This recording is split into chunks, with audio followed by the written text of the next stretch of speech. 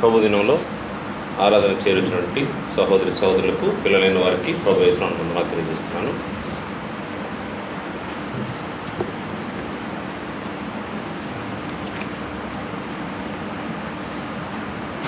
నేను ఒక బట్టల షాప్కి వెళ్ళాను.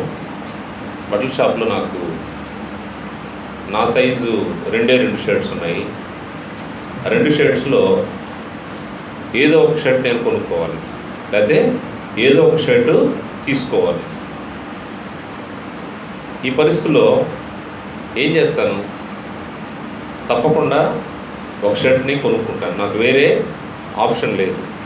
రెండిట్లో ఏదో ఒక దాన్ని సెలెక్ట్ చేసుకోవాలి. అంటే మన జీవితంలో అనేక సార్లు ఇటువంటి సిచ్యువేషన్స్ మనం ఫేస్ చేస్తూ ఉంటాం. అంటే నేను షర్ట్తో పోల్చాను, కానీ అనేక విషయాలు మనకు ఎస్ ఆర్ నో అని చెప్పాల్సినటువంటి సిచ్యువేషన్స్ కూడా మనకు మన లైఫ్లో ఎదురవుతూ ఉంటాయి. అంటే ఎస్ అన్నామంటే అది నోకి వ్యతిరేకమే, నో అన్నామంటే అది ఎస్కి వ్యతిరేకమే. అటువంటి విషయాల్ని, ఆత్మ సంబంధించిన విషయాలతో మనం ఆలోచన చేస్తే మన ముందు 2 మార్గాలు కనబడుతూ ఉంటాయి. 2 మార్గాల్లో ఏదో ఒక మార్గాన్ని మనం ఎంచుకోవాల్సిన పరిస్థితి ఏర్పడుతుంది. అంటే 3వ మార్గం అంటూ లేకపోతే మధ్య మార్గము ఉండదు. ఎక్కువ మంది మనుషులు ఇష్టపడేది ఏంటంటే మధ్య మార్గముగా, అంటే న్యూట్రల్గా ఉండడానికి ఆలోచన చేస్తూ ఉంటారు. ఆయన ఎవరు మనిషి అంటే ఎవరు మనిషి కాదు, కానీ ఆయన మధ్యగా ఉంటాడు, మధ్యవర్తిత్వం వహిస్తుంటాడు అన్నట్టుగా, లేకపోతే న్యూట్రల్గా ఉండేదానికి ప్రయత్నం చేస్తూ ఉంటాడు. న్యూట్రల్గా ఉండవు అంటే వాస్తవంగా నువ్వు ఏ పక్షానికి చెందినవాడివి కాకుండా పోతూ ఉంటావు. నీ ముందు 2 సిచ్యువేషన్స్, లేకపోతే 2 దారులు ఉన్నాయి, లేకపోతే 2 పరిస్థితులు ఉన్నాయి. ఆ పరిస్థితిలో నువ్వు ఏ విధంగా ఆలోచన చేసి ఏదో ఒక దాన్ని నువ్వు జరిగించాల్సిన అవసరం ఉంటుంది. అది ఎస్ అవ్వచ్చు, లేకపోతే నో అవ్వచ్చు, లేకపోతే అది సత్యం అవ్వచ్చు, లేకపోతే అసత్యం అవ్వచ్చు, నీతి అవ్వచ్చు, లేకపోతే దుర్నీతి అవ్వచ్చు. ఈ 2 అనే పదాన్ని గురించి ఈరోజు ఆలోచన చేస్తాము. మన ముందు 2 విషయాలు, 2 పరిస్థితులు ఉంటే, నీ ముందు 2 ప్రభువులు ఉన్నారనుకోండి. మొట్టమొదటి ఆలోచన చేస్తే 2 ప్రభువులు ఉండేటప్పుడు 2 ప్రభువుల గురించి నువ్వు ఆలోచన చేస్తే ఏ ప్రభు యొక్క ప్రభుత్వానికి నువ్వు లోబడతావు? 2 ఎవరో ఒక ప్రభుత్వానికి నువ్వు లోబడాల్సిన పరిస్థితి, చాయిస్ లేదు. కాకపోతే ఈ 2లోనే నువ్వు సెలెక్ట్ చేసుకోవాల్సిన పరిస్థితి. 2 గురించి గ్రంథం నుంచి ఆలోచన చేస్తాము. ఒక ప్రభు అయితే మనకు కనబడతాడు. కొరింథీ రాసినటువంటి 2వ పత్రిక 4వ అధ్యాయము, కొరింథీయులకు రాసినటువంటి 2వ పత్రిక 4వ అధ్యాయము 3-4 వచనాలు. మా సువార్త మరుగు చేయబడిన ఎడల నశించుతున్న వారి విషయంలో మరుగు చేయబడి ఉన్నది. దేవుని స్వరూపి అయిన క్రీస్తు మహిమ కనపరచు సువార్త ప్రకాశము వారికి ప్రకాశింపకుండా నిమిత్తము ఈ యుగ సంబంధమైన దేవత అవిశ్వాసులైన వారి మనోనేత్రములకు గుడ్డితనము కలుగు చేసెను. ఇక్కడ ఒక ప్రభువు కనబడతా ఉన్నాడు. ఈ యుగ సంబంధమైన దేవత అవిశ్వాసులైన వారి మనోనేత్రాలకు గుడ్డితనం. అంటే ఈ ప్రభు ఎవరంటే సాతాను. సాతానుకు మరొక పేరు యుగ సంబంధమైనటువంటి దేవత. యుగ సంబంధమైన దేవత లేదా సాతాను ప్రభువుగా ఉన్నాడు.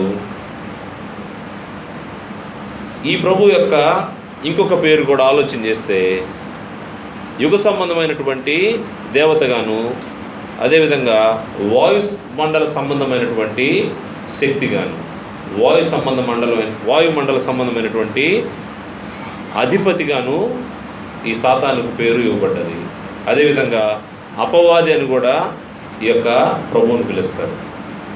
ఇతను ఒక సైడ్, అంటే మనం 2 గురించి ఆలోచన చేస్తున్నాం. ఇప్పుడు ఒక ప్రభువు గురించి, లేకపోతే ఒక ఏలికను గురించి మనం ఆలోచన చేస్తే అతనికి యుగ సంబంధమైన దేవత అనే పేరు, తర్వాత వాయుమండల సంబంధమైన అధిపతి. ఎఫెసీ పత్రిక 2వ అధ్యాయము మొదటి 2 వచనాలు చూస్తే, ఎఫెసీ పత్రిక 2వ అధ్యాయం మొదటి 2 వచనాలు, మీ అపరాధముల చేతను పాపముల చేతను మీరు చచ్చిన వారు ఉండగా ఆయన మిమ్మల్ని క్రీస్తుతో కూడా బ్రతికించను. మీరు వాటిని చేయొచ్చు వాయుమండల సంబంధమైన అధిపతిని, అనగా అవిధేయులైన వారిని ఇప్పుడు ప్రేరేపించు శక్తికి అధిపతిని అనుసరించి ఈ ప్రపంచ ధర్మం చొప్పున మునుపు నడుచుకుంటుని. ఈయనకి ఇంకో పేరు ఏంటంటే వాయుమండల సంబంధమైన అధిపతి. ఇంకొక పేరు కూడా ఉంది, అపవాది అనే పేరు కూడా ఉంది. ఎఫెసీ పత్రిక 6వ అధ్యాయం 11-12 వచనాలు చూస్తే అపవాది అంటే ఈ ప్రభు పేరు ఏంటంటే సాతాను. ఒక సైడ్ ఉన్నాడు, రెండో వైపు ఇంకొక ప్రభు ఉన్నాడు, ఆయన క్రీస్తు ప్రభు. క్రీస్తు ప్రభు గురించి గ్రంథం చెప్తున్న మాట, ఈయనకు పరలోకం మీదను భూమి మీదను సర్వాధికారం గలవాడుగా ప్రభువుని ఈ యొక్క గ్రంథం వర్ణిస్తూ ఉంది. ఒక ప్రభువునేమో వాయుమండల సంబంధమైనటువంటి అధిపతి, అదేవిధంగా యుగ సంబంధమైన దేవత అని గ్రంథం చెప్తే, ఇంకొక ప్రభువు గురించి చెప్తున్న మాట ఏంటంటే ఈయన పరలోకం మీదను భూమి మీదను సర్వాధికారం గలవాడు. మత్తయి సువార్త 28వ అధ్యాయం 18వ వచనం చూస్తే ఈయన భూమి మీదను పరలోకం మీదను సర్వాధికారం గలవాడు. చూస్తే మనకు వాళ్ళు మోరార్లెస్ ఈక్వల్గా కనబడుతూ ఉన్నారు. అంటే వారిని వర్ణించిన విధానం చూస్తే ఇద్దరు ప్రభువులు ఇక్కడ మనకు కనబడుతూ ఉన్నారు. తర్వాత ఈ ఇద్దరిలో మనం ఏం చేయాలంటే ఒకరిని సెలెక్ట్ చేసుకోవాల్సిన అవసరం ఉంది. ఒక ప్రభువుని మనము సేవించాల్సిన అవసరం ఉంది. ఒక ప్రభు వైపు మనము నడవాల్సిన అవసరం ఉంది. ఇద్దరిలో ఒకరి వైపు నువ్వు వచ్చావంటే రెండవ వ్యక్తిని, రెండవ ప్రభు యొక్క పాలనను తిరస్కరించినట్టు. లేకపోతే రెండవ వాని వైపు వెళ్తే మొదటి వ్యక్తిని తిరస్కరించినట్టు. అంటే రెండు మార్గాలు మన మధ్య ఉన్నాయి. ఇద్దరు ప్రభువులు ఉన్నారు. వారు ఇద్దరు ప్రభువుల్లో ఎవరి ప్రభుత్వానికి నిన్ను నీవు అప్పగించుకుంటున్నావు ఆలోచన చేయాల్సిన అవసరం ఉంది. చాయిస్ ఇవ్వబడింది. ఈ రెండిట్లో ఎవరో ఒకరిని నీవు సెలెక్ట్ చేసుకోవాలి. క్రీస్తు ప్రభువు వారి గురించి అంత మాత్రమే కాదు, దేవుడు ఏ విధంగా ఆయన గురించి సాక్ష్యం చెప్తున్నాడంటే, కొరింథీయులకు రాసిన మొదటి పత్రిక 15వ అధ్యాయము 24వ వచనం నుండి చూస్తే ప్రభువారిని దేవుడు ఏ విధంగా హెచ్చించాడో మనకు అక్కడ కనబడుతుంది. 15వ అధ్యాయము 24వ వచనం నుండి చదివితే, అటు తర్వాత ఆయన సమస్తమైన ఆధిపత్యమును సమస్తమైన అధికారమును బలమును కొట్టివేసి తన తండ్రి అయిన దేవునికి రాజ్యం అప్పగించును. అప్పుడు అంతం వచ్చును. ఎందుకనగా తన శత్రువులందరినీ తన పాదముల క్రింద ఉంచు వరకు ఆయన రాజ్య పరిపాలన చేయుచుండవలను. కడపట నశింపజేయువాడు శత్రువు మరణము. దేవుడు సమస్తమును క్రీస్తు పాదముల కింద లోపరిచించెను. సమస్తమును లోపరచబడి ఉన్నదని చెప్పినప్పుడు ఆయన సమస్తమును లోపరిచిన వాడు తప్ప సమస్తమును లోపరచబడి ఉన్నదను సంగతి విశదమే. ప్రభు వారికి సమస్తాన్ని లోపరిచేసినటువంటి దేవుడు మాత్రము తనను తాను లోపరుచుకోలేదు. క్రీస్తు ప్రభువుకైతే సమస్త రాజ్యం పైన, తన శత్రువులందరిపైన ఆయన రాజ్య పరిపాలన చేసే అధికారము ప్రభువారి యొక్క, ఆయన శత్రువులను ప్రభువారి యొక్క పాదాల కింద ఉంచే విధంగా దేవుడు ఏర్పాటు చేస్తున్నాడు. ఇప్పుడు ఏ ప్రభువు గొప్పవాడో, ఎటువైపు నీవు నేను చూడాలో మనకు స్పష్టంగా కనబడుతూ ఉంటుంది. క్రీస్తు ప్రభువు వారికి ఇచ్చినటువంటి అధికారం ఏంటంటే తన శత్రువులను తన పాదపీఠం కింద ఉంచే విధంగా దేవుడు ఏర్పాటు చేశాడు. ప్రభువారి శత్రువులో మనకు తెలిసి ఆదికాండములోనే వైరం ప్రారంభమైంది. నీవు అతని మడిమును కొడతావు, అతడు నీ తలని చితక కొడతాడు. స్త్రీ సంతానానికి అపవాదికి వైరం అక్కడి నుంచే మొదలైంది. అందువల్ల ఇద్దరు ప్రభువులు మనకు కనబడుతున్నారు. వాయుమండల సంబంధమైన అధిపతి ఒక పక్క, అంతకంటే బలమైనటువంటి క్రీస్తు ప్రభువారు, దేవుని చేత బలపరచబడినటువంటి ప్రభువారు ఒక పక్క. ఈ రెండు మార్గాల్లో మనం ఎవరిని సెలెక్ట్ చేసుకోవాలో మనం ఆలోచన చేయాలి. రెండవది ఆలోచన చేస్తే రెండు పునాదులు మనకు కనబడుతూ ఉంటాయి. ఇద్దరు ప్రభువులు చూసాము, ఎవరిని సెలెక్ట్ చేసుకోవాలో ఆలోచన చేసుకుంటున్నాము. అదేవిధంగా రెండు పునాదులు కనబడుతూ ఉన్నాయి. రెండు పునాదుల్లో ఒక పునాది ఇసుక పైన కట్టబడినటువంటి పునాది, రెండవ పునాది బండ మీద కట్టబడినటువంటి పునాది. ఏం జరిగిందో మనకు తెలుసు. ఆ ఉపమానంలో ప్రభువు చెప్పినట్టు ఇసుక పైన కట్టబడినటువంటి పునాది వర్షం వచ్చినప్పుడు కొట్టుకొని పోయింది. అదే బండపైన కట్టబడినటువంటి పునాది స్థిరంగా నిలబడింది. ఆలోచన చేస్తే ఈ పునాదుల్లో రెండు పునాదులు మన మధ్య ఉన్నాయి. ఒకటి కొట్టుకుపోయే ఇసుక పునాది, రెండవది కదల్చబడని స్థిరమైన బండ మీద పునాది. రెండు పునాదుల్లో మనం ఏ పునాది అంటే ఏ బేస్ని మనము బేస్మెంట్గా తీసుకుంటాము. ఒకసారి మనం చూద్దాం. మత్తయి సువార్త 7వ అధ్యాయము, మత్తయి సువార్త 7వ అధ్యాయంలో ఉపమానం కనబడుతుంది. 7వ అధ్యాయము 26, 27 వచనాలు. మత్తయి సువార్త 7వ అధ్యాయము 26, 27 వచనాలు. మరియు నా మాటలు విని వాటి చొప్పున చేయని ప్రతివాడు ఇసుక మీద తన ఇల్లు కట్టుకున్న బుద్ధిహీనుని పోలి ఉండును. వాన కురిసెను, వరదలు వచ్చెను, గాలి విసిరి ఆ ఇంటి మీద కొట్టినప్పుడు అది కూలబడెను, దాని పాటు గొప్పదని చెప్పెను. మొట్టమొదటిది ఇసుక పునాది. ఇసుక పునాది పరిస్థితి ఏంటంటే, దేవుడు ఇసుక పునాది పైన ఇల్లు కట్టే వ్యక్తిని ఏమన్నాడంటే బుద్ధిహీనుడు అన్నాడు. ఎందుకు బుద్ధిహీనుడంటే, మరియు నా మాటలు విని వాటి చొప్పున చేయని ప్రతివాడును, దేవుని మాటను విననటువంటి వాడు ఏం చేస్తాడంటే బుద్ధిహీనుడిగా ఉండి తను కట్టుకునే ఇల్లు ఇసుక పైన కట్టుకుంటూ ఉంటాడు. దానివల్ల ఏం జరుగుతుందంటే, దానివల్ల వచ్చే పర్యవసానం ఏంటంటే, వాన కురిసెను, వరదలు వచ్చును, గాలి విసిరి ఆ ఇంటి మీద కొట్టినప్పుడు అది కూలబడెను, దాని పాటు గొప్పదని చెప్పాను. ఈ పునాది బలం లేని పునాది. అపవాది సంబంధులు, దేవునికి మాట వినని వ్యక్తులు వేసుకునే పునాది ఇసుక పునాది. అదే దేవుని మాట అంగీకరించే వారి యొక్క పునాది ఎలా ఉంటుందంటే స్థిరమైన కదల్చబడని బండ మీద ఉండే పునాదిగా ఉంటుంది. ఈ అధ్యాయంలో 24వ వచనం చూస్తే 24, 25 వచనాలు, కాబట్టి ఈ నా మాటలు విని వాటి చొప్పున చేయు ప్రతివాడును బండ మీద తన ఇల్లు కట్టుకున్న బుద్ధిమంతుని పోలి ఉండును. ఇందాక చెప్పిన వ్యక్తి ఇసుక పైన కట్టే వ్యక్తిని బుద్ధిహీనుడు అన్నాడు. కారణం ఏంటంటే దేవుని మాట వినలేదు.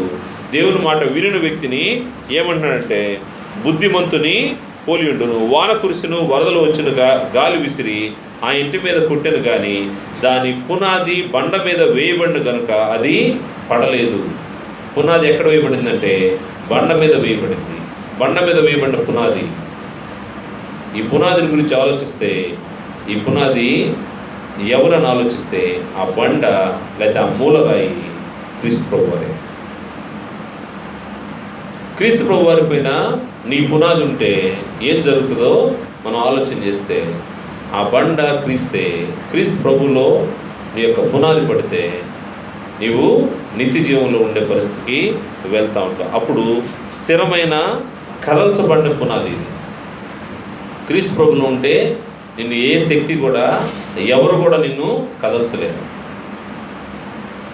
ఎప్పుడైతే అపవాది సంబంధిగా ఉంటావో, అపవాదితో ఇసుకల పునాది వేసుకొని ఉంటావో, వాన వస్తుంది అంటే ఇబ్బందులు వస్తాయి, కష్టాలు వస్తాయి, అప్పుడు కొట్టుకుని పోయే పరిస్థితి, దాని పాటు గొప్పది. ఎప్పుడైతే క్రీస్తు ప్రభువు వారి యొక్క పునాది మీద, బండనే పునాది మీద నీవు నేను కట్టబడతామో, ఎప్పుడైతే క్రీస్తు ప్రభువు వారి యొక్క మాటల్లో మనము నిలుచుంటామో, మన విశ్వాసానికి పునాది ఎప్పుడైతే క్రీస్తు ప్రభు వారు ఉంటారో అప్పుడు నీవు నేను నిలబడేదానికి, అంటే జీవాన్ని కలిగి ఉండేదానికి అవకాశం ఉంటుంది. అది కానప్పుడు జీవం లేని స్థితి. జీవం లేని స్థితి అంటే క్లినికలీ డెడ్ అని వింటూ ఉంటాం. అంటే వారు పూర్తిగా చనిపోయిన వారి ద్వారా ఎటువంటి ప్రయోజనము లేని పరిస్థితి. అంటే మనిషిగా మనం తిరుగుతుంటామేమో కానీ అపవాది సంబంధిగా మనం ఉండేటప్పుడు మనము where equal to clinically dead అంతే. అంటే తన వల్ల ఎటువంటి ప్రయోజనం లేదు, పూర్తిగా అపవాది సంబంధిగా ఉండడమే అవుతుంది. రెండు మార్గాలు మనం చూసాము, ఇద్దరు ప్రభువులను చూసాము, రెండు పునాదులను చూసాము. వీటిలో కూడా మనకు ఛాయిస్ ఇవ్వబడింది. ఏదో ఒక మార్గాన్ని మనము ఎంచుకోవాల్సిన పరిస్థితి. మన పునాది ఇసుకలోనా, లేకపోతే మన పునాది బండ మీద? మనం పరీక్షించుకుంటే మన పునాది బండ పైన ఉందా, ఇసుక పైన ఉందా? మూడవది ఆలోచన చేస్తే రెండు దారులు కనబడతా ఉన్నాయి. గ్రంథంలో రెండు దారులు మనకు కనబడతా ఉన్నాయి. ఆ రెండు దారులు ఏంటని ఆలోచన చేస్తే, ఒకటి విశాలమైన మార్గము, రెండవది ఇరుకు మార్గము. ఒకటి విశాలమైన మార్గము, రెండవది ఇరుకు మార్గము. బ్రాడ్ రోడ్ లేకపోతే వైడ్ రోడ్ అనండి, ఇంకొకటి నేరో రోడ్ అనండి, ఇరుకు మార్గం. ఏంటి ఈ రెండిట్లో వ్యత్యాసము? వాస్తవంగా భౌతికంగా మనకు సౌకర్యంగా కనబడేది విశాలమైన మార్గం, మనకు భౌతికంగా సౌకర్యవంతంగా కనబడుతుంది. హైవేలో వెళ్ళడానికి ఇష్టపడతారు, కారణం ఏంటంటే ట్రాఫిక్ జామ్స్ ఉండవు. అదే చిన్న రోడ్లో పోవాలంటే ట్రాఫిక్ ఎక్కువ జామ్ అవుతుంటుంది కాబట్టి ఇరుకు మార్గంలో వెళ్ళడానికి ఇష్టపడరు. కానీ దేంట్లో ఏముందో గ్రంథం ఒక మాట చెప్తా ఉంది. ఆత్మ సంబంధంగా నీకు ఏ మార్గం మేలైందో గ్రంథం తెలియజేస్తూ ఉంది. రెండు మార్గాలు ఉన్నాయి. రెండు మార్గాల గురించి చూద్దాము. మత్తయి సువార్త 7వ అధ్యాయము 13వ వచనంలో చూస్తే, నాశనమునకు పోవు ద్వారము వెడల్పును, ఆ దారి విశాలమునై ఉన్నది. 13వ వచనంలో నాశనమునకు పోవు ద్వారము వెడల్పును, ఆ దారి విశాలమునై ఉన్నది. మామూలుగా మనం ఇష్టపడేది బ్రాడ్ రోడ్, వైడ్ రోడ్డే మనం ఇష్టపడతాం. కారణం ఏంటంటే ఈజీగా వెళ్ళిపోవచ్చు అని. కానీ గ్రంథం చెప్తున్నమాట, నాశనమునకు పోవు ద్వారము వెడల్పు, బాగా విశాలంగా ఉంటుందంట నాశనానికి తీసుకెళ్లే ద్వారం. అంటే నీవు నేను కోరుకునే ద్వారము వెడల్పైన ద్వారంగానైతే, మార్గం అయితే ఏం జరుగుతుందంటే మనము నాశనానికి వెళ్ళిపోతూ ఉంటాం. దానికి వ్యతిరేకంగా వేరొక మార్గం ఉంది. ఆ మార్గము కింద వచనంలో మనం చూడొచ్చు. ఇరుకు ద్వారమును ప్రవేశించుడి, జీవమునకు పో ద్వారము ఇరుకును, ఆ దారి సంకుచితమై ఉన్నది, దాని కనుగొని వారు కొందరే. ఇరుకు ద్వారమును ప్రవేశించుడని 13వ వచనం మొదటి భాగంలో తెలుపబడింది. తర్వాత 14 చివరిలో చూస్తే, జీవమునకు పో ద్వారము ఇరుకును, దాని దారి సంకుచితమై ఉన్నది, దాని కనుగొని వారు కొందరే. నేరో రోడ్లో పోవాలనుకునేవారు కొందరే. విశాలమైన మార్గంలో అందరూ వెళ్ళిపోతూ ఉంటారు, కానీ దాని చివర ఎడ్జ్లో ఏముంటుందో తెలియదు. ఒకసారి పెద్ద లోయ ఉంటుంది, అది పాతాళం, దాంట్లో పడిపోతారు. ఇరుకు ద్వారము జీవమునకు పోయే ద్వారము. దీంట్లో ఏం జరుగుతుందంటే దీన్ని కనుగొనడమే కష్టమైనది.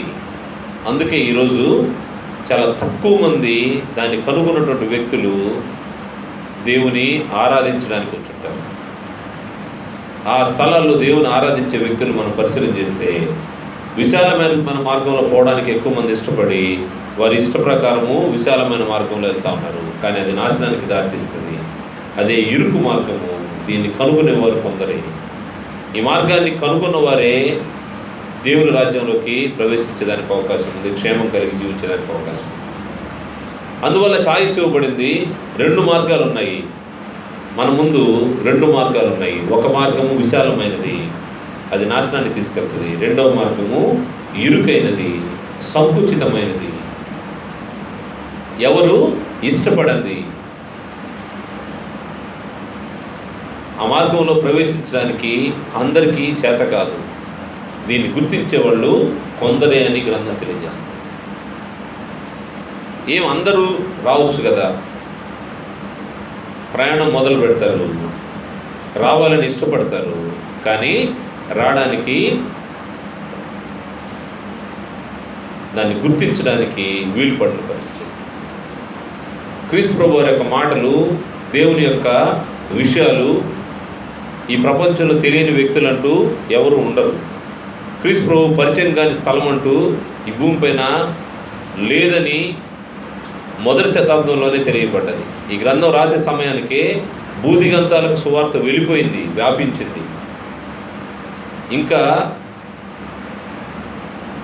రీచ్ టు అన్రీచ్డ్ అనే ఒక ప్రోగ్రామ్ ఒకటి వరల్డ్ విజన్ వాళ్ళు చేస్తూ ఉంటారు. Unreached to the gospel, gospel to the unreached people అనే ఒక ఇది. వాస్తవంగా రీచ్ కాలేదంటే రీచ్ అయిపోయింది, కాకపోతే యాక్సెప్టెన్సీ మాత్రమే లేదు. యాక్సెప్టెన్స్ అంటే దాన్ని విశ్వసించి ఆ మార్గంలోకి నడిచే మనసు మాత్రమే లేదు. దానివల్లనే ఈ ఇరుకు మార్గంలోకి ప్రవేశించడానికి ఇష్టపడకుండా పోతా ఉన్నారు. క్రీస్తు ప్రభు వారి గురించి తెలియని వాళ్ళు ఎవరు లేరు. కావాలంటే మన చుట్టుపక్కల వాళ్ళని, మన నైబర్స్ని అందరిని అడగండి. ఎవరిని అడిగినా కానీ వారికి అందరికీ క్రీస్తు ప్రభు తెలిసే ఉంటాడు. వారి యొక్క మనసులో ఉండే ఆలోచన ఏంటంటే వారు క్రైస్తవుల దేవుడు, లేకపోతే ఆయన ఒక మంచి మనిషి అంతే.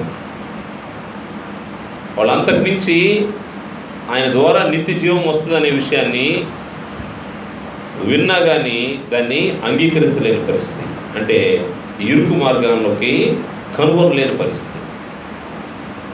రెండు మార్గాలు ఉన్నప్పుడు ఈ రెండు మార్గాల్లో మనం దేన్ని చూస్ చేసుకుంటున్నాం, దేన్ని సెలెక్ట్ చేసుకుంటున్నాం. తప్పకుండా ఏదో ఒక మార్గంలో వెళ్ళాలి, నో అదర్ గో. కాకపోతే మనం తీసుకునే డెసిషన్, మనం తీసుకునే నిర్ణయము రెండు మార్గాల్లో విశాలమైన మార్గమా లేకపోతే ఇరుకు మార్గం. ఇంకొక విషయాన్ని మనం ఆలోచన చేస్తే ఇద్దరు మార్గదర్శులు ఉన్నారు.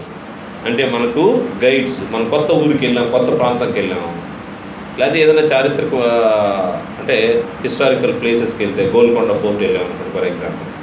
అక్కడ మనకు చూపించడానికి గైడ్స్ ఉంటారు. అంటే అక్కడ ఉన్నటువంటి విశేషాలని మనకు వాళ్ళు పరిచయం చేస్తూ వాళ్ళు ఎక్స్ప్లెయిన్ చేస్తూ ఉంటారు, మనకు ఆ మార్గం చూపిస్తూ ఉంటారు. అంటే మనకు గైడ్స్ లాగా ఉంటా ఉంటారు. ఇక్కడ కూడా మనకు ఇద్దరు గైడ్స్ మనకు కనబడుతూ ఉంటారు. ఈ గైడ్స్ ఎవరంటే, ఒకరు మనుషులు, వారి యొక్క అభిప్రాయాలు. ఎక్కువగా మనం ఇష్టపడేది ఏంటంటే, చాలామంది సబ్మిసివ్గా ఉండి ప్రతిదానికి ఇతరులపైన ఆధారపడుతూ ఉంటారు. ఆధారపడకూడదని కాదు, పిల్లలు తల్లిదండ్రులపైన ఆధారపడాలి, డిపెండెన్స్ అనేది అవసరము. భార్య భర్త పైన, భర్త భార్య పైన ఆధారపడడం తప్పులేదు. కానీ ఆధారపడేది ఎలా ఉండాలంటే, నీ విశ్వాసానికి విరుద్ధంగా ఉంటే నీవు జాగ్రత్త పడాల్సిన అవసరం ఉంది. నీ విశ్వాసానికి విరుద్ధమైనటువంటి పరిస్థితుల్లో అవతలని భర్త ఉన్నా, భార్య ఉన్నా, బిడ్డలున్నా వారికి విభేదించాల్సిన పరిస్థితి. కానీ వాస్తవంగా ఏం జరుగుతుందంటే, మనం మనుషుల అభిప్రాయాలని ఎక్కువగా లెక్కలోకి తీసుకుంటూ ఉంటాం. మనుషుల అభిప్రాయాలని మనము ఇష్టపడుతూ ఉంటాం. కారణం ఏంటంటే, మనుషులు కల్పించినటువంటి పద్ధతులను అవలంబించడానికే మనము ఇష్టపడుతున్నాం. గ్రంథం కూడా అదే చెప్తా ఉంది. దేవుని మాట కంటే మనుషుల మాటనే ఎక్కువగా ఆలోచన చేసే మనుషులు ఉన్నారు. వారు అపవాది సంబంధులు, వారు దేవునికి ఇష్టలు కాదని గ్రంథం చెప్తా ఉంది.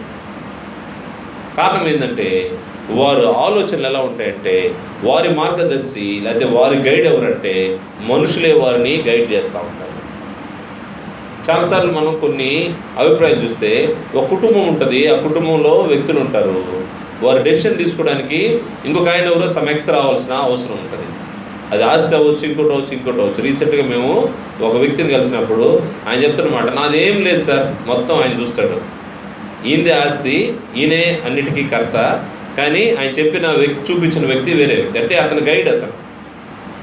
అట్టనే మన గైడ్ ఎవరు?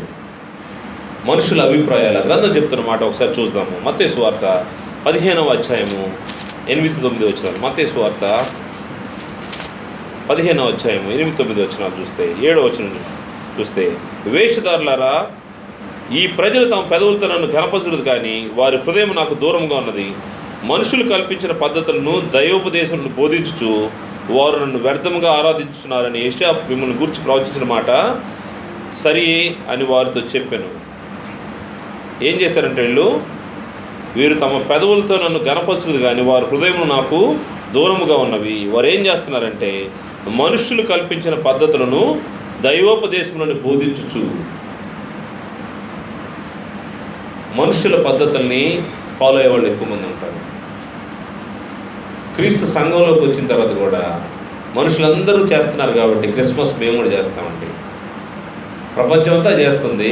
క్రిస్మస్ చేసుకోకపోతే స్థానిక సంఘంలో ఇక్కడ చుట్టుపక్కల వాళ్ళకి సరిగా కనబడదేమో. క్రీస్తు ప్రభువారి ఫోటో ఒకటి అందరి ఇళ్లలో కనబడుతూ ఉంటుంది. మనకు క్రీస్తు ప్రభువారిని చూపించే ఒక ఫోటో ఉంటుంది.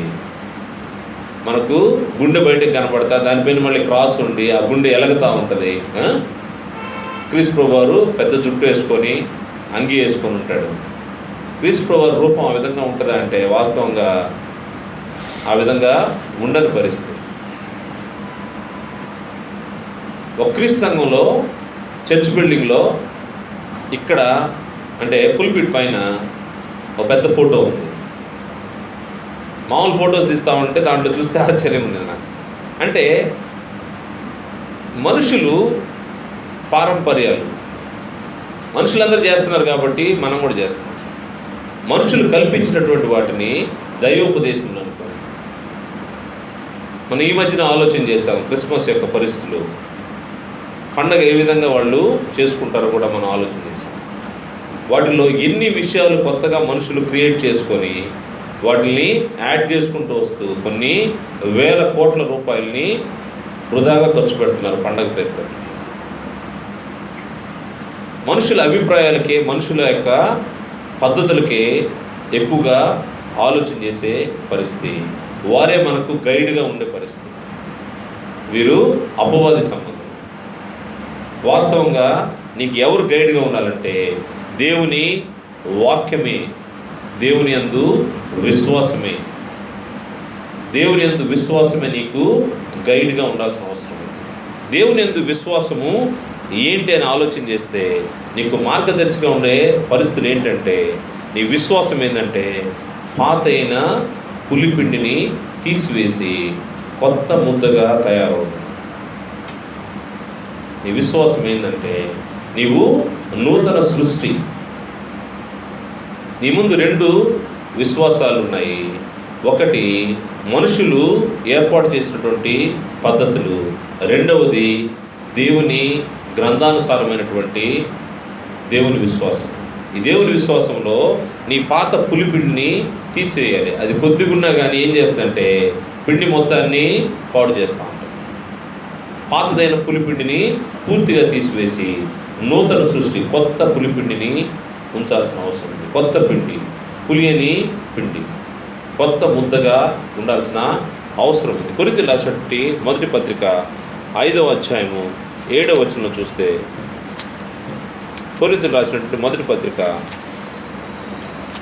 5వ అధ్యాయము 7వ వచనంలో, మీరు పులిపిండి లేనివారు కనుక క్రొత్త ముద్ద ఒకటికై ఆ పాతదైన పులిపిండిని తీసి పారవేయుడి. పాతదైన పులిపిండి. నీ విశ్వాసం ఏంటంటే పాతదైన పులిపిండి లేనటువంటి కొత్త ముద్ద, నూతన సృష్టి. ఒక మార్గదర్శి ఏంటంటే దేవుని యందు విశ్వాసం ఉంచమని చెప్తా ఉంటే, ఇంకొక మార్గదర్శి, ఇంకో గైడ్ ఏం చెప్తా ఉంటాడంటే మనుషులు చెప్పేవి చాలు, చాలా చక్కగా వీటిని మనం చేసుకుంటూ పోతూ ఉంటే సరిపోతూ ఉంటుంది. ఇటువంటి విషయాలన్నీ మనకు ఎక్కడ కనబడతాయంటే మన డే టు డే లైఫ్లో మనం వీటిని ఫేస్ చేస్తూ ఉంటాం. ఒక పెళ్లి జరిగింది,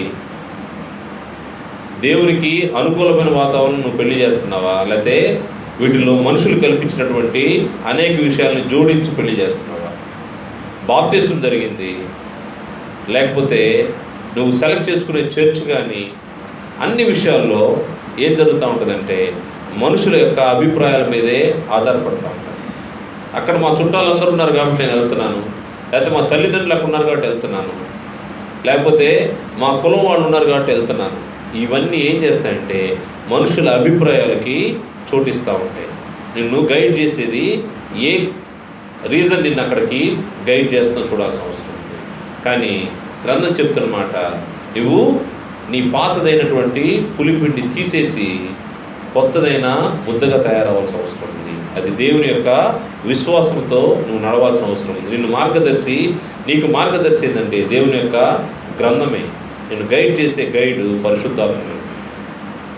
దేవుని యందు విశ్వాసం అంటే హెబ్రీ పత్రిక 11వ అధ్యాయంలో మనం చూస్తే, హెబ్రీ పత్రిక 11వ అధ్యాయంలో 6వ వచనం చూస్తాము. విశ్వాసం లేకుండా దేవునికి ఇష్టడై ఉండుట అసాధ్యము. దేవుని యొద్దకు వచ్చేవాడు ఆయన ఉన్నాడని తను వెదుకు వారికి ఫలం దయచేయనని నమ్మవలను కదా. దేవుని యందు విశ్వాసము, దేవుడు ఉన్నాడని నమ్మే స్థితి. నేను గైడ్ చేసే ఏ గైడ్ అయినా కానీ ఏం చేయాలంటే దేవుని వైపుకు నడిపించే వ్యక్తిగా ఉండాల్సిన అవసరం ఉంది. నీకు దేవుని వైపు నడిపించే వ్యక్తిని నువ్వు ఫాలో అవుతావా, లేకపోతే మనుషుల వైపుకి నువ్వు ఫాలో అవుతావా? ప్రపంచమంతా లోకమంతా ఇది చేస్తుంది కాబట్టి మనం కూడా ఇది చేద్దాం అనే ఆలోచన ఉందా? లేకపోతే దేవుని మాట ఈ విధంగా ఉంది, గ్రంథంలో ఈ విధంగా ఉంది, దేవుని మాట ప్రకారం వెళ్దాం అనే వ్యక్తి వైపు నువ్వు వెళ్తావు? ఎవరు నిన్ను గైడ్ చేస్తున్నారు? లోకాన్ని ఆచరించే మనుషులా, లేకపోతే దేవుని వైపు తీసుకెళ్ళే నీ సహోదరుడా? దేవుని మార్గంలో నడిపించే నీ సహోదరుడా? నీ గైడ్ ఎవరో ఆలోచన చేసుకోవాల్సిన అవసరం ఉంది. దీంట్లో కూడా చాయిస్ ఉంది. రెండు మన కళ్ళ ముందు కనబడతా ఉన్నాయి. వీటిలో మనం సెలెక్ట్ చేసుకోవాలి. మనకి ఏ మార్గదర్శి అయితే మనల్ని దేవుని వైపుకి లేకపోతే నిత్య జీవం వైపు తీసుకెళ్తాడో అతని మాటలు వింటూ మనం వెళ్ళాల్సిన అవసరం ఉంది. అలా కాకుండా లోకాచారాలను బట్టి మనం వెళ్ళిపోతూ ఉంటే మనము అపవాది సంబంధాలుగా నిత్య నరకానికి వెళ్ళే పరిస్థితి. ఇంకొక 2 మార్గాలు ఉన్నాయి. మనం ఆలోచన చేస్తే ఈ భూమి పైన 2 అధికారాలు మనకు కనపడతా ఉన్నాయి. ఒకటి ఈ అధికారము, లేకపోతే అథారిటీ అనొచ్చు. ఈ అథారిటీ మనుషుల పారంపర్యాలను అనుసరించే అథారిటీ ఒకటి. రెండవది దేవుని వాక్యానుసారమైనది. ఇప్పుడు మనం ఆలోచన చేసినట్టుగానే కొరింథీయులకు రాసినట్టు మొదటి పత్రిక 4వ అధ్యాయము 6వ వచనం చూస్తే ఈ అధికారం ఏ అధికారానికి నీవు లోపరుచుకుంటావో, నువ్వు లోపడతావో అనేదాన్ని మనం ఆలోచన చేస్తే కొరింథీయులకు రాసిన మొదటి పత్రిక 4వ అధ్యాయము 6వ వచనంలో, సహోదరులారా, మమ్మల్ని చూచి లేఖనందు వ్రాసిన సంగతులను అతిక్రమింపకూడదని నేర్చుకొని మీరొకరి పక్షమున మరొకరి మీద ఉప్పొంగకుండునట్లు ఈ మాటలు మీ నిమిత్తము నా మీదను అపోల్లో మీదను పెట్టుకొని సాదృశ్య రూపముగా చెప్పి ఉన్నాను. మనుషుల యొక్క ఆలోచనలు ఉప్పొంగాల్సిన అవసరం లేదు. ఏదైనా ఒక బాధ్యత అప్పచెప్తే ఈ బాధ్యత విషయంలో ఈ బాధ్యత గ్రూపులుగా ఆలోచన చేసి అప్పటి పరిస్థితులు అక్కడ కనబడతా ఉన్నాయి. ఎలా ఉన్నాయంటే గ్రూపులుగా ఆలోచన చేస్తున్నటువంటి పరిస్థితులను బట్టి పౌలు గారు ఇక్కడ దాన్ని మెన్షన్ చేస్తూ, నేను పలానాయని, నేను పలాని తరపున వ్యక్తిని, లేకపోతే మేము ఒక 3-4 ఒక గ్రూపు, ఇంకో 3-4 ఒక గ్రూపు. ఇవన్నీ ఎవరి పనులంటే ఇవన్నీ అపవాది పనులు. ఇవి మనుషుల యొక్క ఆలోచనలు. కానీ దేవుని వాక్యానుసారమైంది డిఫరెంట్గా కనబడతా ఉంటాయి. ఆయన అందుకే వారిని హెచ్చరిస్తూ అపోలో పైనను పౌలు పైనను చెప్పుకొని ఆయన వారిని హెచ్చరిస్తున్నటువంటి మాట అది. ఒకరి మీద ఒకరు అక్కడ చెప్పుకోవాల్సిన అవసరం లేదు. కారణం ఏంటంటే నీవు ఎవరి అధికారం కింద నువ్వు ఉంటున్నావో, అపవాది అధికారం కింద ఉంటే మనుషుల రీతిగానే ఆలోచన చేస్తూ ఉంటాం. అదే దేవుని వాక్యానుసారంగా జీవిస్తే ఎలాగుంటావు? ద్వితీయోపదేశకాండము 4వ అధ్యాయం 2వ వచనంలో తెలుపబడింది. ద్వితీయోపదేశకాండము 4వ అధ్యాయము 2వ వచనం.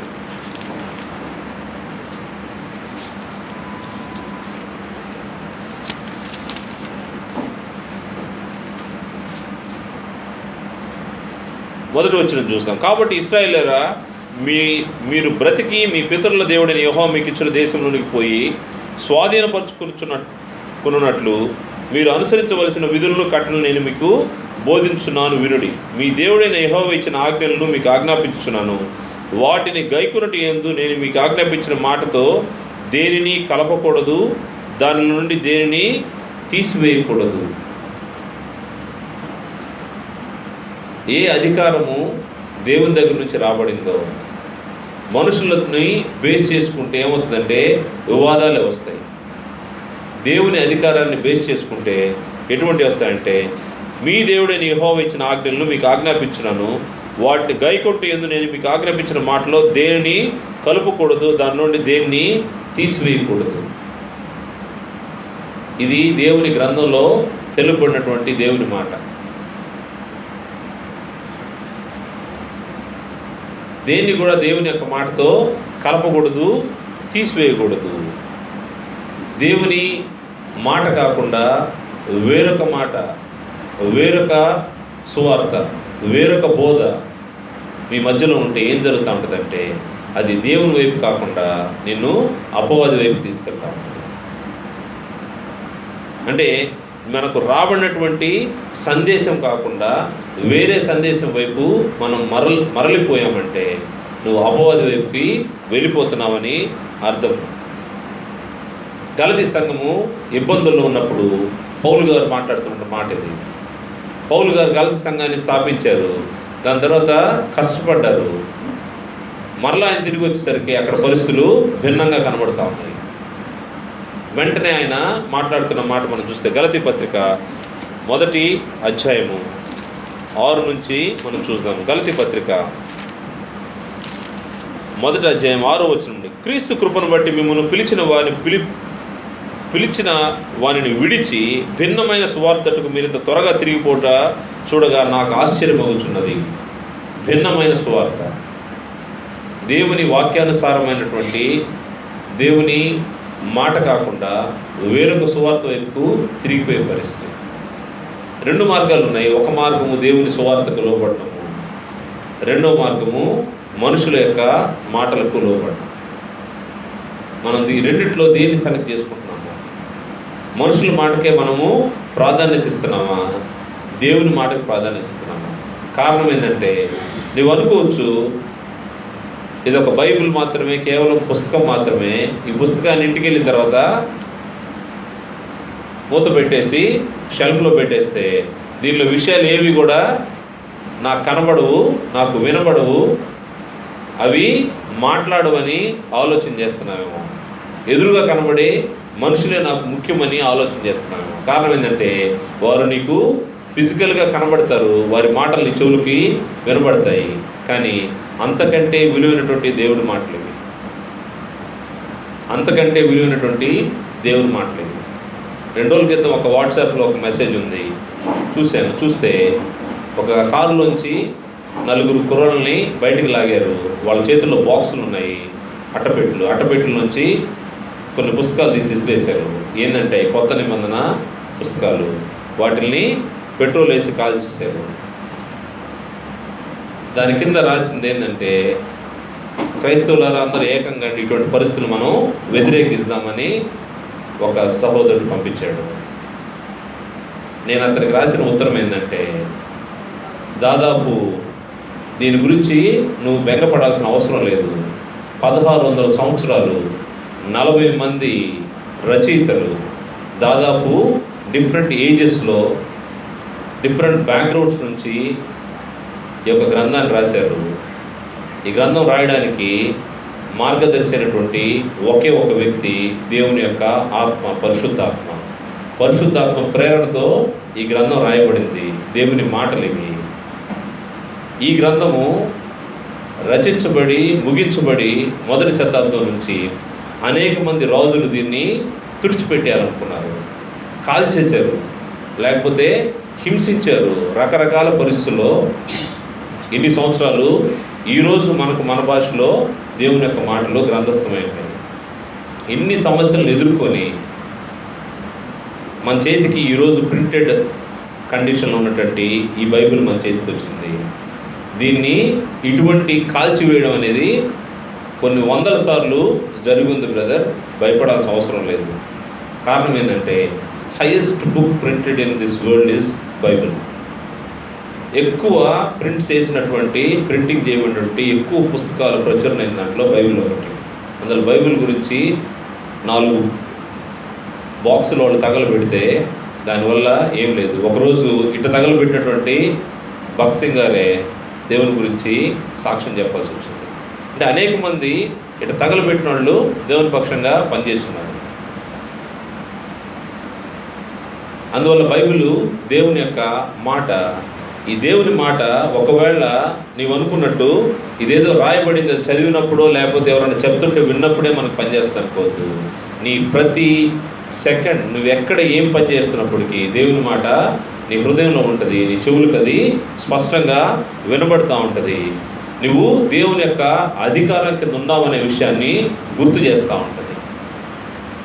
మనుషుల అధికారం కింద కాదు, దేవుని అధికారం కింద. 2 అధికారాలు మనం చూసాము. ఈ 2 అధికారాల్లో నువ్వు మనుషుల అధికారం కింద ఉంటావా, నీకోసం భద్రపరిచి దేవుడు ఇచ్చినటువంటి ఈ యొక్క గ్రంథానుసారమైనటువంటి అధికారం కింద ఉంటావా? ఇంకొక విషయాన్ని మనం పరిశీలన చేస్తే మనకు 2 సిద్ధాంతాలు కనబడతాయి. 2 సిద్ధాంతాలు మనుషులు ఆలోచన చేసే సిద్ధాంతాలు. రెండిట్లో కొందరు ఏమంటారంటే విశ్వాసం ఉంటే చాలు బ్రదర్, విశ్వాసం మాత్రము చాలు, విశ్వాసం ఉంచితేనే నీకు నిత్య జీవం పొందుతామనే ఆలోచన చేస్తే అది నీవు భ్రమలో ఉన్నావు. నాకు విశ్వాసం మాత్రమే నిన్ను నిత్యత్వానికి తీసుకెళ్ళదు.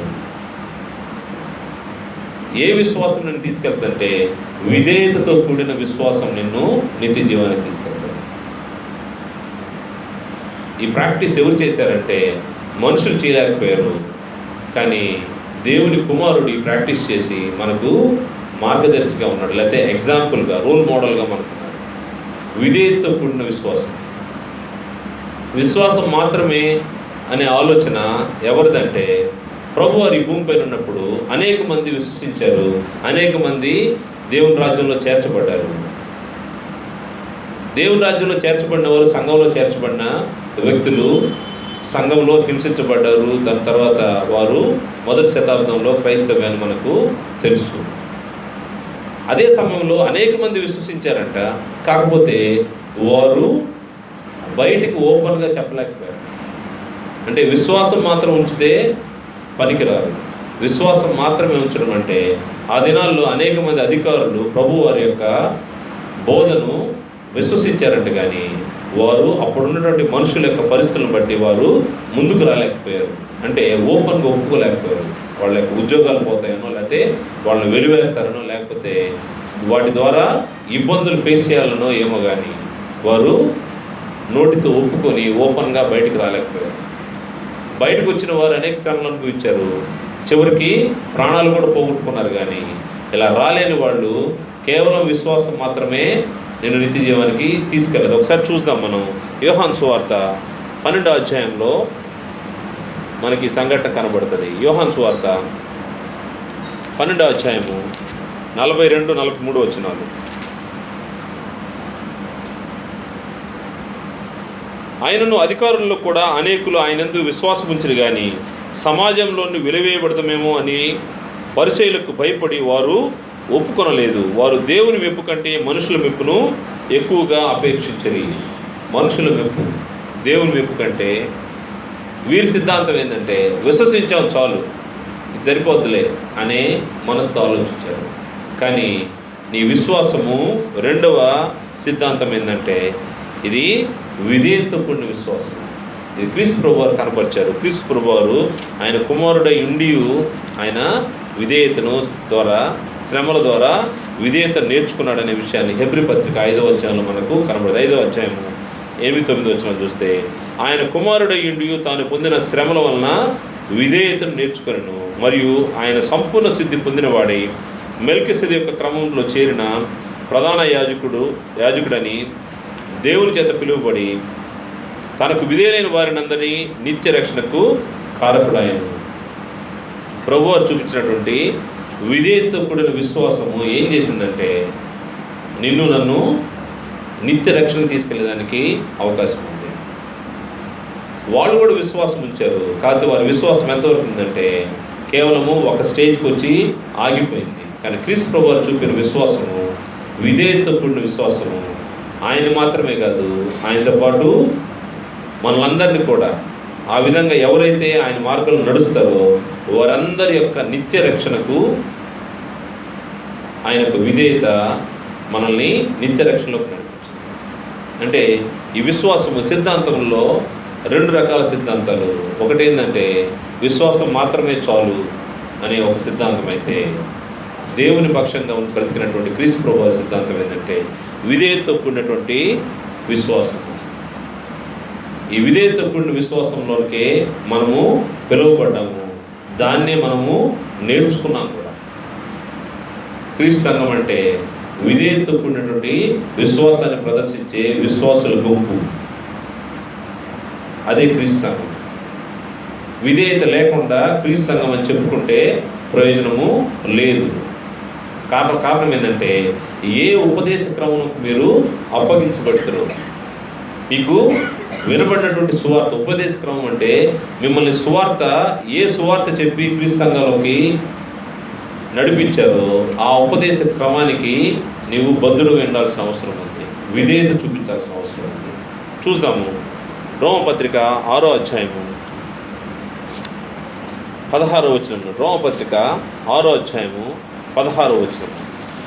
ఏ ఉపదేశ క్రమము నీకు వినిపించబడిందో 6వ అధ్యాయం 16వ వచనం నుండి, లోబట్టుకు దేనికి మిమ్మును మీరు దాసులుగా అప్పగింపబడుదురో అది చావు నిమిత్తముగా పాపమునికే కానీ నీతి నిమిత్తముగా విధేయతకే కానీ దేనికి మీరు లోబడుదురో దానికే దాసులని మీరు ఎరుగరా. మీరు పాపమునకు దాసులై ఉంటరి కానీ ఏ ఉపదేశ క్రమమునకు మీరు అప్పగింపబడతారో దానికి హృదయపూర్వకంగా లోబడిన వారే. గతంలో అయితే పాపానికి దాసులు, ఈరోజైతే దేనికి దాసులు? విధేయతకే, నీతి నిమిత్తంగా విధేయతకే మీరు దాసులు. ఏ ఉపదేశ క్రమమును మీరు అప్పగింపబడతారో దానికి హృదయపూర్వకంగా లోబడిన వారి పాపం నుండి విమోచింపబడి నీతికి దాసులైతే.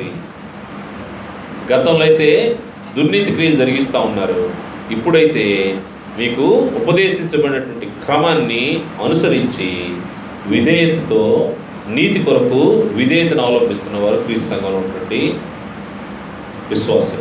అందువల్ల క్రీస్తు సంఘం అంటే విధేయతను కనపరిచే క్రీస్తు సంఘం, విధేయతను కనపరిచే, విధేయతతో కూడిన విశ్వాసాన్ని కనపరిచే గుంపు. రెండు మార్గాల్లో, ఒక మార్గము విధేయత, కేవలము విశ్వాసం. రెండవ మార్గం ఏ మార్గము? నువ్వు ఆలోచించుకో. అదేవిధంగా ఇంకా రెండు విషయాలు ఉన్నాయి. ఇంకొకటి నువ్వు చనిపోయే స్థలం. రెండు స్థలాలు ఉన్నాయి. ఒకటి పాపంలో ఉండి చనిపోవడము, రెండవది పాపరహితుడిగా క్రీస్తు ప్రభువులో రక్షించబడడం.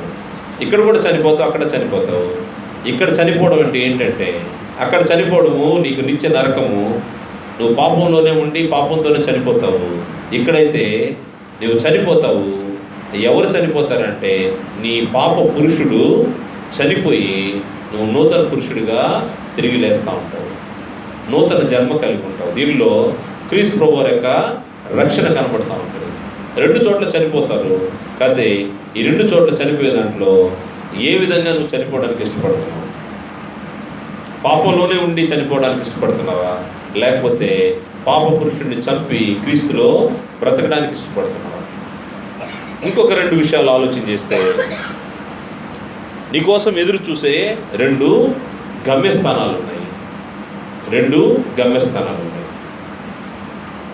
ఒక గమ్యస్థానం గురించి ఆలోచన చేస్తే అది నరకములో శ్రమ.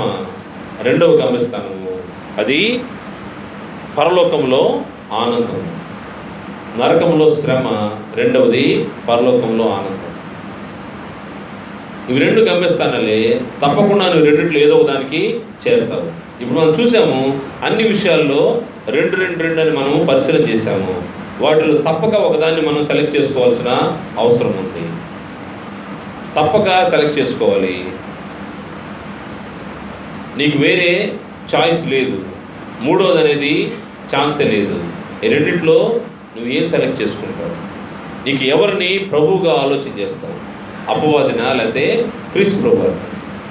నువ్వు ఎవరిని పునాది పైన నువ్వు ఇల్లు కడతావు? అపవాది యొక్క నాశనానికి వెళ్ళిపోయే ఇసుక లాంటి ఇసుకలో పునాది వేసుకుంటావా? లేకపోతే ఇక రక్షణ కారకుడైనటువంటి బండైనటువంటి మూలరైనటువంటి క్రీస్తు ప్రభువు వారి పైన నీ పునాది ఉంటుందా? మూడో విషయాన్ని ఆలోచన చేస్తే రెండు దారులు ఉన్నాయి.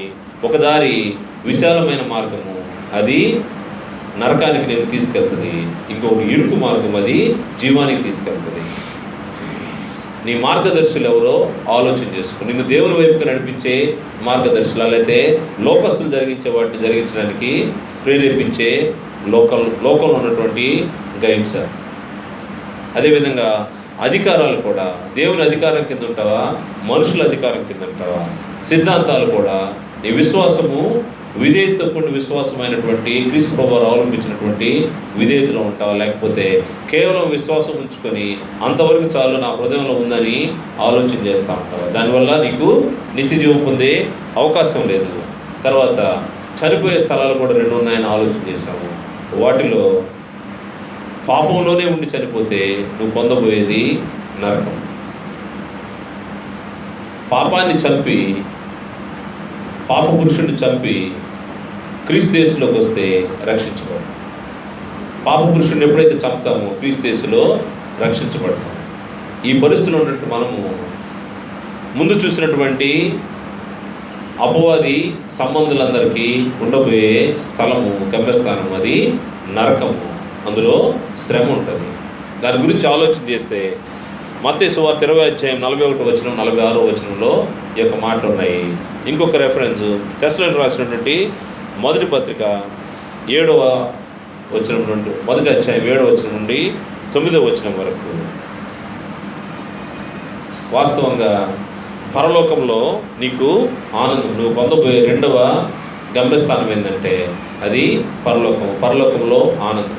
దేన్ని మనము సెలెక్ట్ చేసుకుంటాము, ఎందులో మనము ఏ యొక్క మార్గాన్ని మనం ఎంచుకుంటాం అనే దానిపైనే మన యొక్క గమ్యస్థానం ఏర్పడుతుంది.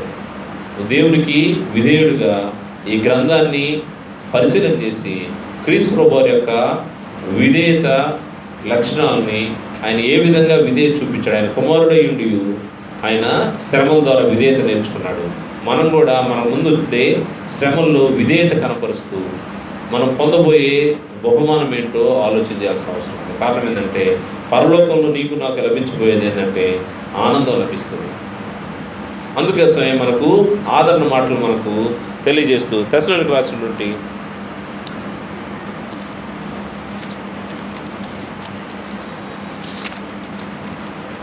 మొదటి పత్రిక 4వ అధ్యాయంలో ఈ మాటలు ఉన్నాయి. మనం ఎక్కడికి వెళ్తామో మనకున్నటువంటి పరిస్థితులు ఏంటో అక్కడ తెలియజేస్తూ తెస్సలోనికీయులకు రాసినటువంటి మొదటి పత్రిక 4వ అధ్యాయము 13వ వచనం నుండి, సహోదరులారా, నిరీక్షణ లేని ఇతరులే మీరు దుఃఖపడకుండా నిమిత్తము నిద్రించున్న వారిని గురించి మీకు తెలియబడుకుంటా మాకు ఇష్టం లేదు. యేసు మృతి పొంది తిరిగి లేచినని మనం నమ్మినలా అదే ప్రకారము యేసునందు నిద్రించిన వారిని దేవుడు ఆయనతో కూడా వెంట పెట్టుకుని వచ్చును. మేము ప్రభువు మాటను బట్టి మీతో చెప్పినదేమనగా, ప్రభు రాకడ వరకు సజీవమై నిలిచిండు మనము నిద్రించిన వారి కంటే ముందుగా ఆయన సన్నిధిని చేరము. ఆర్భాటంతోనూ ప్రధాన దూత శబ్దంతోనూ దేవుని బోరతోనూ పరలోకం నుండి ప్రభు దిగి వచ్చును. క్రీస్తునందుండి మృతులైన వారు మొదట లేతురు. ఆ మీద సజీవులమై నిలిచిండు మనము వారితో కూడా ఏకంగా ప్రభువుని ఎదుర్కొంటకు ఆకాశ మండలంలో మేఘాల మీద కొనుక్కోబడదుము. కాగా మనము సదాకాలము ప్రభువుతో కూడా ఉందము. కాబట్టి మీరు ఈ మాటల చేత ఒకరినొకడు ఆదరించుకున్నది. ప్రస్తుతము దేహంలో ఉన్న మనం ఆలోచన చేయాల్సింది ఏంటంటే, మనం దేవుని యొక్క మార్గాల్లో నడుస్తూ ఉన్నాము. మనకంటే ముందు దేవుని దగ్గరకు వెళ్ళిన వారి యొక్క పరిస్థితి ఎలా ఉంటుందంటే, ప్రధాన దూత శబ్దం వినబడినప్పుడు సజీవమైన ఉండే మనం లేస్తాము, ఆల్రెడీ వెళ్ళిపోయిన వారు అందరూ కలిసి పోతూ ఉంటారు. తీర్పు జరిగినప్పుడు వారు వేరు చేయబడుతూ ఉంటారు. అపవాది సంబంధులంతా వేరు చేయబడుతుంటారు. సదాకాలం మనము ప్రభుతో కూడా ఉంటాం. మన కోరిక, మన ఆశ, మన నిరీక్షణ సదాకాలం ప్రభుతో ఉంటాం. పరలోకంలో ఆనందాన్ని పంచుకోవడానికే మనము ఈరోజు ఇక్కడ మన చుట్టూ ఉన్నటువంటి ప్రతి పరిస్థితిని రెస్ట్రిక్ట్ చేసుకొని మనం ఉంటా ఉన్నాం. అవునా కాదు? లోకంలో అనేక ఆనందాలు మనకు కళ్ళ ముందు కనబడతా ఉన్నాయి. అవేవి కూడా అవి విశాలమైన మార్గం వైపు తీసుకెళ్ళి మనుషుల్ని పాతాళంలో పడేస్తాయి. మనం ఇరుకు మార్గాన్ని మనము ఎంచుకున్నాము. ఇది సంకుచితమైన మార్గం అయినప్పటికీ ఇది జీవంలోకి మనల్ని తీసుకెళ్తా ఉంటుంది. ఆ జీవము మనల్ని ఏం చేస్తుందంటే సదాకాలము యుగములు తండ్రితోనూ ఆయన కుమారుడితోనూ ఆనందాన్ని అనుభవించే ఆ పరిస్థితిలోకి తీసుకెళ్తాం. కాబట్టి మనకున్నటువంటి మన ముందున్నటువంటి మార్గాల్లో దేవుని పక్షమైనటువంటి మార్గాన్ని మనం ఎంచుకోవాల్సిన పరిస్థితి ఉంది. దేవుని మార్గాన్ని ఎప్పుడైతే ఎంచుకుంటామో మనము నిత్య జీవాన్ని పొందుకుంటాము. అపవాది సంబంధమైనటువంటి లోక సంబంధిత మార్గాలు ఎంచుకున్నప్పుడు నిత్య నరకానికి వెళ్ళే అవకాశం ఉంది. హెచ్చరికలు వినబడతా ఉంటాయి. వినబడిన హెచ్చరికలు మనకు రిపీటెడ్గా కూడా వినబడతా ఉంటాయి. ఇవి వినబడినప్పుడు వాటి గురించి మనం ఆలోచన చేయాల్సిన అవసరం ఉంది. ఎందుకు ఇవి నా చెవులకి వినబడుతున్నాయి? ఎందుకు రిపీటెడ్గా వినబడుతున్నాయి? మరలా వినబడుతున్నాయి అంటే ఇదే రక్షణ దినం, ఇదే అనుకూల సమయం. ఆలోచన చేయకపోతే సంవత్సరాలు గడిచిపోతాయి. దాని తర్వాత ప్రయోజనం లేదు. పాప పురుషుడిని చంపకపోతే నీవు నిత్య జీవంలోనికి వెళ్ళలేవు. కాబట్టి ఆలోచన చేసి క్రీస్తు ప్రభువులోకి రావాల్సిన వారు దాన్ని ఆలోచన చేయాల్సిందిగా ప్రభుపేట మనం చేస్తున్నాను. అదేవిధంగా క్రీస్తులోనికి వచ్చిన వారు జాగ్రత్తగా తమ రక్షణను కొనసాగించుకోవడానికి జాగ్రత్త పడాలి. కారణం ఏంటంటే పరలోకంలో మనం పొందబోయే ఆనందము ఈ భూమిపైన కాదు కదా, ఎక్కడ మనకు దొరకని ఆనందం. అది దేవునితోనూ ఆయన కుమారునితోనే సదాకాలం ఉండే ఆనందం. కాబట్టి దాని కొరకు మనం నిరీక్షిస్తున్నాం. కాబట్టి దాని కొరకు మనం ప్రయాసపడుతున్నాం. కాబట్టి ఆ ప్రయాస మన కోసము సిలువలో బలించిన ప్రభు వారి ప్రయాస వ్యర్థం కాకుండా ఉండాలని మనము మనకున్నటువంటి రెండు మార్గాల్లో సరైన మార్గాన్ని, దేవుని మార్గాన్ని మనం ఎంచుకోవాలని ప్రభుపేట మనం చేస్తూ ముగిస్తాము.